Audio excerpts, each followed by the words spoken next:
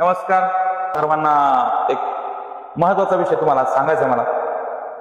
पाठीमाग मी थोडासा ताणतणावामध्ये राहायचो. त्याच्यामध्ये मी माझ्या पर्सनल गोष्टीमध्ये थोडासा टेन्शनमध्ये होतो.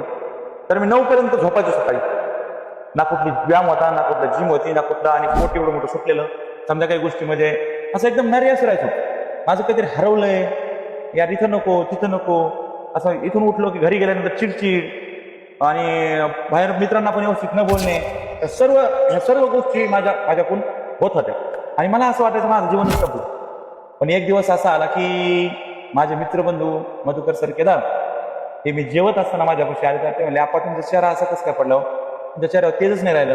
तर मी म्हटलं, सर काय करणार, जरा टेन्शन आहे. ते म्हणले, होतंय का तुम्हाला? त्यांना सांगितलं, बाबा तिथे पण भरपूर जेवतोय वगैरे, पण काय मला ठेवत नाही, माझे गुडघे दुखतात, अंग दुखतं, आणि बऱ्याचशा गोष्टीवर त्यांच्याशी चर्चा केल्यानंतर मग मला ते म्हणले की मी तुम्हाला एक गिफ्ट देणार आहे म्हटलं.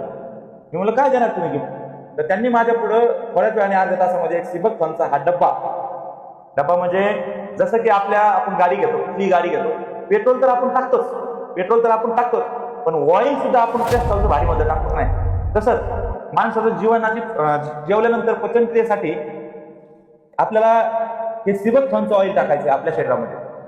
तुम्ही एकदा हे वापरून बघा, आणि वापरल्यानंतर तुम्हाला याच्यामध्ये काय जादू आहे हे तुम्हाला नंतर कळते. मला पण नंतरच कळली. स्वतः जेव्हा मी नाराज झालो, स्वतः माझे जेवढे पद्धती संपून बसलो होतो, जी मला रिटर्न भेटली, जे मला जीवनात रिटर्न भेटलंय, ते म्हणजे हे सिबक थॉनमुळे. तर आपल्याला मित्रांनो, जास्ती काय पैसे खर्च करायची गरज नाही. पण कमीत कमी पैशामध्ये सकाळी 10 आहे, संध्याकाळी 10 आहे प्यायचं. 5च दिवस प्या, आणि 6व्या दिवशी मला रिझल्ट सांगा काय होतं.